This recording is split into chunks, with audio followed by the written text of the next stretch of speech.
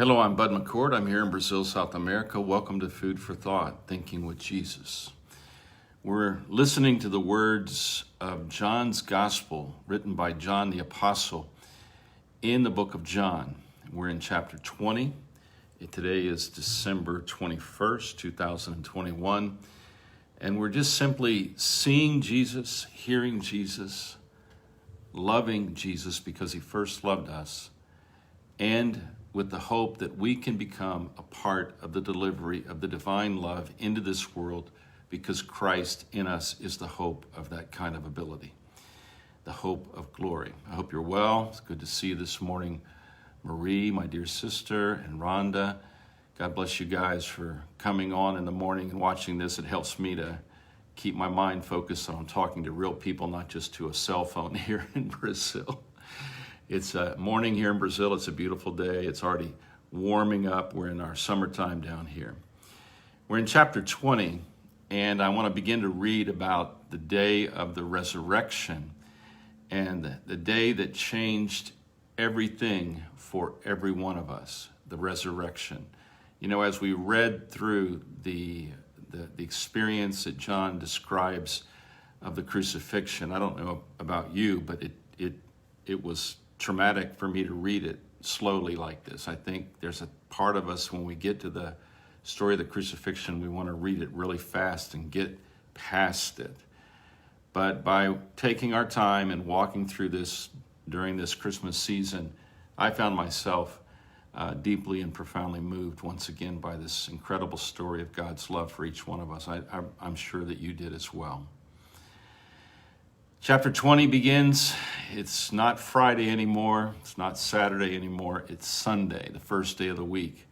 Now, the first day of the week, Mary Magdalene went to the tomb early while it was still dark and saw that the stone had been taken away from the tomb. Then she ran and came to Simon Peter and to the other disciple whom Jesus loved and said to them, "They have taken away the Lord out of the tomb, and we do not know where they have laid him."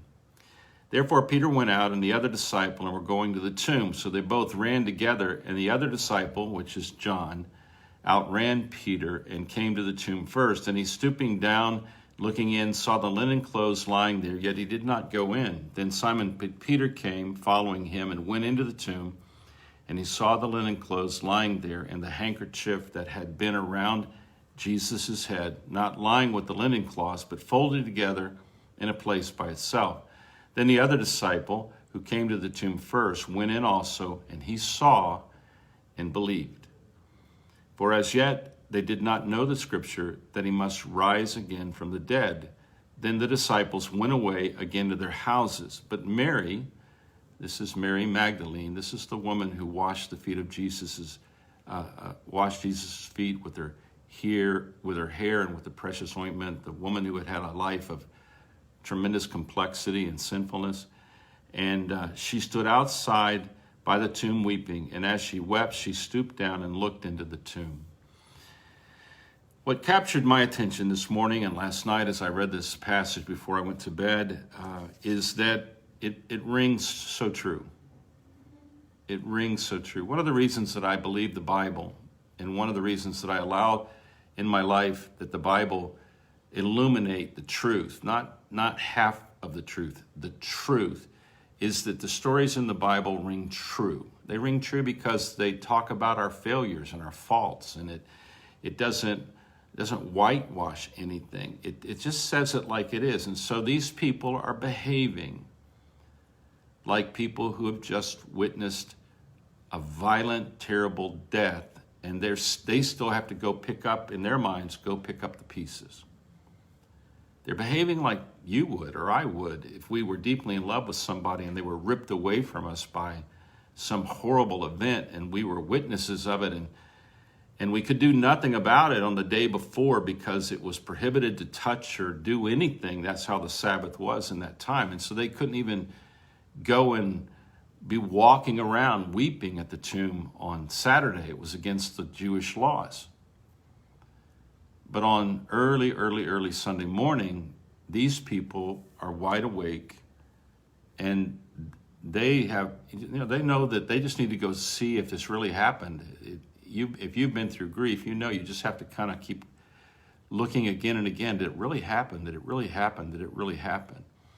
So they get to the tomb, and all of a sudden, Mary Magdalene, who loved Jesus very deeply because he first loved her very deeply, and Peter and John come because they had been equally loved by Jesus. Now, here's what I think that I'm seeing that's helping me the most this morning in reading this, is that the world is a place of tremendous inequality. It has been ever since we left the Garden of Eden. And no matter how hard we try in our pursuit to make things equal, we don't seem to be able to create a consistent equality for all human beings simultaneously. We don't seem to be able to find a way to treat everyone equally well. That is, until Jesus.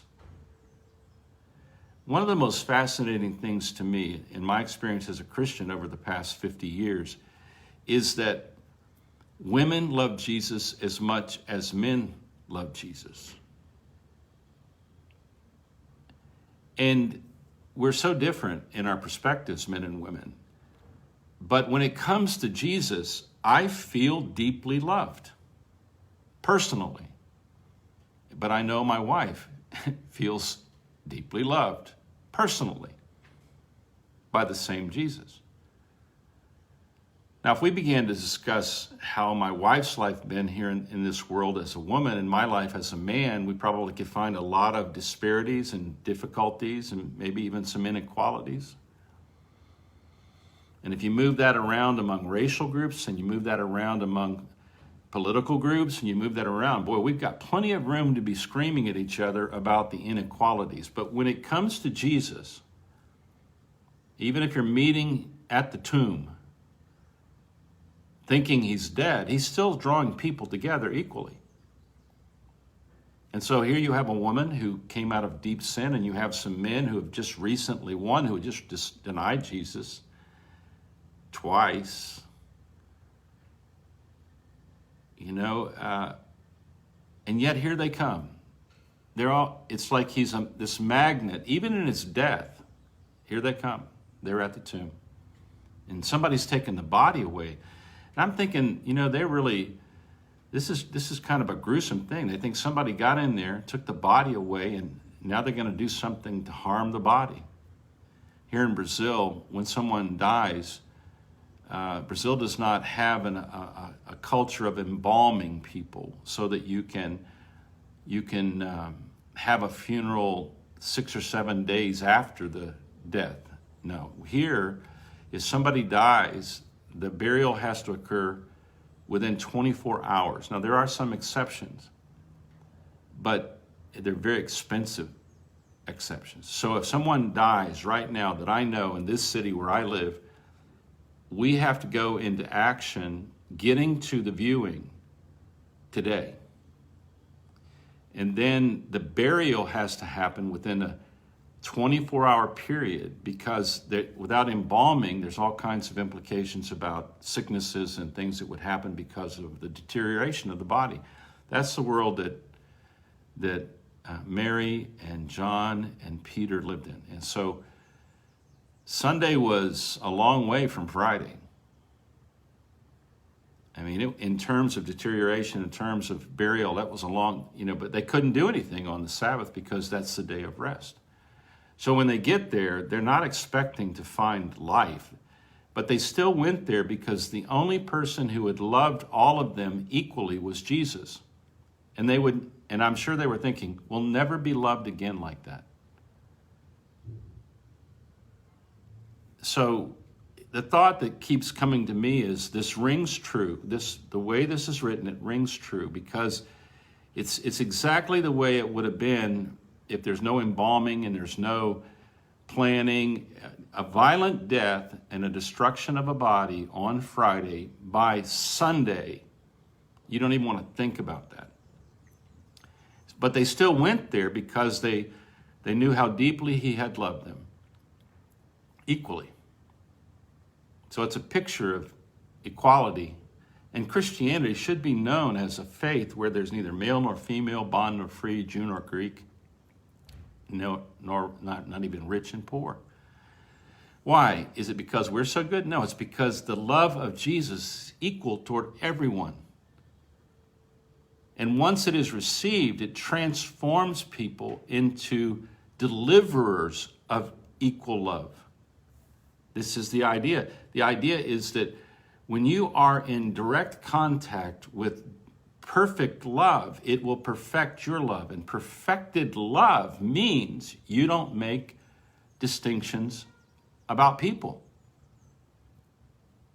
You don't treat them any better if they're male or female, or you don't treat them any better or worse if they're slaves or free. That's the idea. The idea is that if we are the representatives of Jesus, then all those categories go right out the window.